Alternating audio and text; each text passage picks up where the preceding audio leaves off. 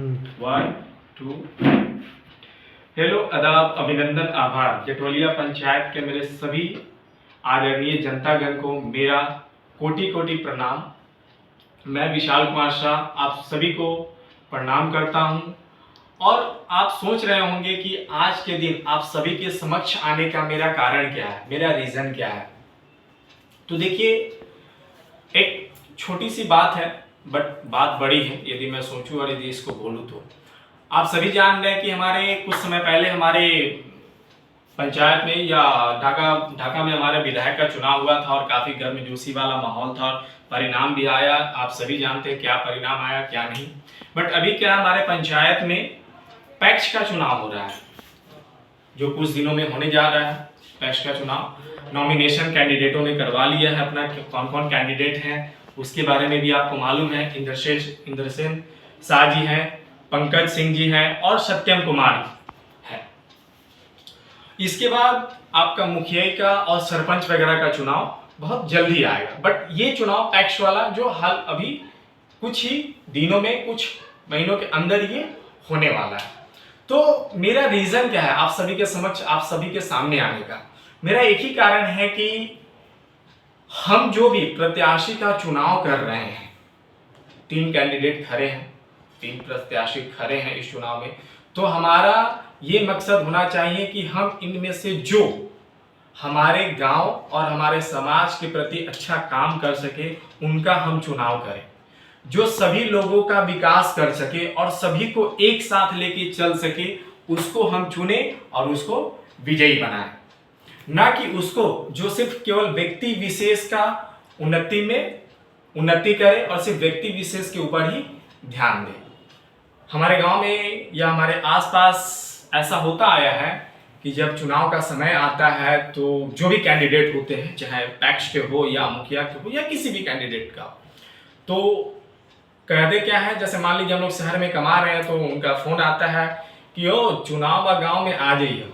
तो हम लोग क्या बोलते हैं, अरे नहीं आएंगे, बहुत काम है इधर, छुट्टी नहीं दे रहा है, छुट्टी ना मिलेगा। तो उधर से फोन क्या आता है, अरे माने जाने का टिकट बना देंगे और आपका घर में 10 वोट है, 10,000 रुपया भी अकाउंट में हम दे देंगे, टेंशन मत लीजिए। और हम लोग क्या करते हैं, चले आते हैं और चंद पैसों के लालच में, सिर्फ चंद रुपयों के लालच में हम अपने गांव का और अपने समाज का पूरा भविष्य दांव पे लगा देते हैं और 5 साल के लिए एक ऐसे व्यक्ति के हाथ में दे देते हैं जो पूरी तरह से भ्रष्टाचार में लिप्त है। तो इस बार आप सभी को सजग होना है, एकदम अपने आंखों को खोल के रखना है, अपने बुद्धि को एकदम सोचना है कि कौन विकास का कार्य कर सकता है। आप क्षणिक सुख के लिए, क्षणिक लाभ के लिए अपना पूरे गांव और समाज की जो व्यवस्थाएं हैं उस चीज को बर्बाद ना करें। एग्जाम्पल के तौर पे यदि मैं आपको दूं, मैं अभी किसी व्यक्ति विशेष को टारगेट नहीं कर रहा हूं, मैं जस्ट एक एग्जाम्पल देने के लिए आपको बता रहा हूं कि कुछ समय पहले जैसे हमारे यहाँ एमएलए का चुनाव हुआ था तो बीजेपी से हमारे पवन जायसवाल जी थे, जनसुराज से एलबी प्रसाद जी थे। जब आप जीतेंगे तब ये करेंगे, मान लीजिए हार गए तो तब आपको समाज सेवा का भूख नहीं है, तब आप समाज सेवा नहीं करना चाहते हैं, नहीं करेंगे ना, नहीं करें। बट क्या है इसका मतलब कि आपको कुर्सी का लालच है, तभी तो बोल रहे हैं। क्यों मैं ऐसा बोल रहा हूं, आपको एक एग्जांपल बता रहा हूं कि जनसुराज पार्टी से जो एमएलए का एक कैंडिडेट थे हमारे एलबी प्रसाद जी, आप सभी जानते हैं कि पेशे से क्या है, वो एक डॉक्टर है। पर जब चुनाव का टाइम आया और जब वो एमएलए के कैंडिडेट के रूप में उभरे तो उन्होंने क्या बोला कि मैं जीतूंगा तो अपने ढाका का विकास करूंगा, इससे जुड़े हुए सभी लोगों का विकास करूंगा, सबको आगे लेकर जाऊंगा। बट एक छोटी सी बात बताइए, आप सभी जानते हैं कि ढाका में एक चाइल्ड स्पेशलिस्ट या कोई भी हम लोग डॉक्टर के पास ट्रीटमेंट के लिए जाते हैं तो नॉर्मल चेकअप के लिए कम से कम 500 रुपया लगता है। मतलब डॉक्टर साहब आएंगे और हमसे बात करेंगे तो 500 रुपया लेंगे, वो बात अलग है, दवाई अलग या अलग किसी तरह का टेस्ट वगैरह लिख दिए तब तो बिल बड़ा हो जाता है। तो जब एलबी प्रसाद जी सच में समाज सेवा करना चाहते थे और सच में समाज में सुधार लाना चाहते थे तो इस फीस को कम क्यों नहीं किए? कम करना चाहिए ना भाई, कि बाकी लोग जहाँ 500 ले रहा है, 1000 ले रहा है, मैं कम करूं। क्योंकि आप एक गांव में काम कर रहे हैं, एक गांव में दिहाड़ी मजदूर भी एक दिन में 500-600 रुपया नहीं कमा पाता है, दिन भर खेत में जलता है तो 200-300 रुपया कमा पाता है मुश्किल से, लेकिन आप वहां पे उससे वसूल रहे हैं। और जब चुनाव का समय आया तो आप क्या बोल रहे हैं कि हम समाज सेवा करना चाहते हैं। आपके पास आप बोलिए कि ये तो फिर भाई हमारा स्टाफ का पैसा कैसे जाएगा, हमारा हॉस्पिटल का मेंटेनेंस कैसे जाएगा, सब देना पड़ता है इसीलिए हम फीस लेते हैं। ठीक है, अच्छी बात है, आप लेते हैं इसीलिए आप फीस लेते हैं, अच्छी चीज है। लेकिन जहां तक मुझे मालूम है, हमारा एक घर का आदमी आपके यहाँ ट्रीटमेंट कराया और मैं आपके हॉस्पिटल में लगभग 10 दिन और 10 रात बिताया हूँ। आपके हॉस्पिटल की क्या व्यवस्था थी, क्या आपका फीस था, क्या नहीं था, क्या उचित क्या अनुचित, सब कुछ मैं अच्छी तरह से जानता हूँ। और यदि आप एडजस्ट करना चाहते ना और सच में समाज सेवा करना चाहते तो इस स्तर से आप शुरुआत कर सकते थे। लेकिन आप क्या था, हाँ एमएलए का कुर्सी मिलेगा तभी हम समाज सेवा करेंगे, हमको मुखिया बनाइएगा तभी हम समाज सेवा करेंगे, हमको पैक्स का कैंडिडेट बनाइएगा तभी समाज सेवा करेंगे। मतलब जीतने के बाद और जीतने से और हार गया तो कुछ नहीं, यही होता है। तो मैं एलबी प्रसाद जी को मैं टारगेट नहीं कर रहा हूं, मैं अभी भी बता रहा हूं, मैं एलबी प्रसाद जी से मेरा कोई दुश्मनी नहीं है, ना ही जनसुराज पार्टी से। मैं बस एक एग्जांपल दिया हूं कि जब उनको समाज सेवा करना था तो भाई अच्छे स्तर उसी समय स्टार्ट करना चाहिए था ना। मतलब चुनाव आया तभी आप बोलना चालू किए, अब कहा गया अब लोगों का भाई लोगों का इलाज कीजिए ना, लोगों का देखभाल कीजिए ना, कम फीस में कम पैसों में, जिनके पास पैसे नहीं हैं उनके कम से कम आप सुविधा तो दीजिए, बट आप नहीं देंगे। क्यों? क्योंकि आप नहीं जीते। तो यही रीजन है, यही कारण है कि बाकी जब चुनाव होता है, जैसे पैक्स का भी चुनाव है, कुछ टाइम बाद मुखिया ही का आएगा, तो लोग आते हैं नए नए वादे ठोकते हैं और आपके हाथ में 100 200 500 रुपया दे देते हैं, बोलते हैं कि हमरे के वोट दिया। और हम लोग भी एकदम सीना तान के कि हाँ ई भैया जिंदा भाई, ऊ चाचा जिंदाबाद, यही सब करते हैं।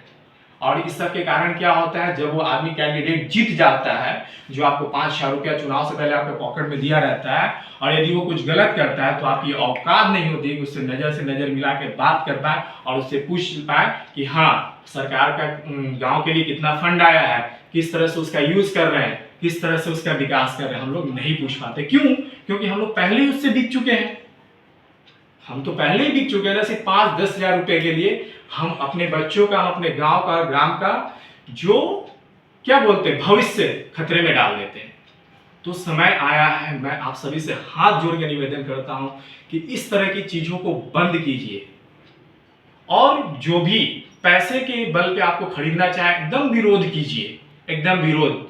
और जो उचित है, जो भी कैंडिडेट, तीनों कैंडिडेट है मेरे नजर में, तीनों सही है, मेरे नजर में तीनों से। हाँ मेरा पर्सनल एडवाइस अलग है कि मैं किसको वोट दूंगा, किसको मैं चुनूंगा, वो मेरा पर्सनल राय है।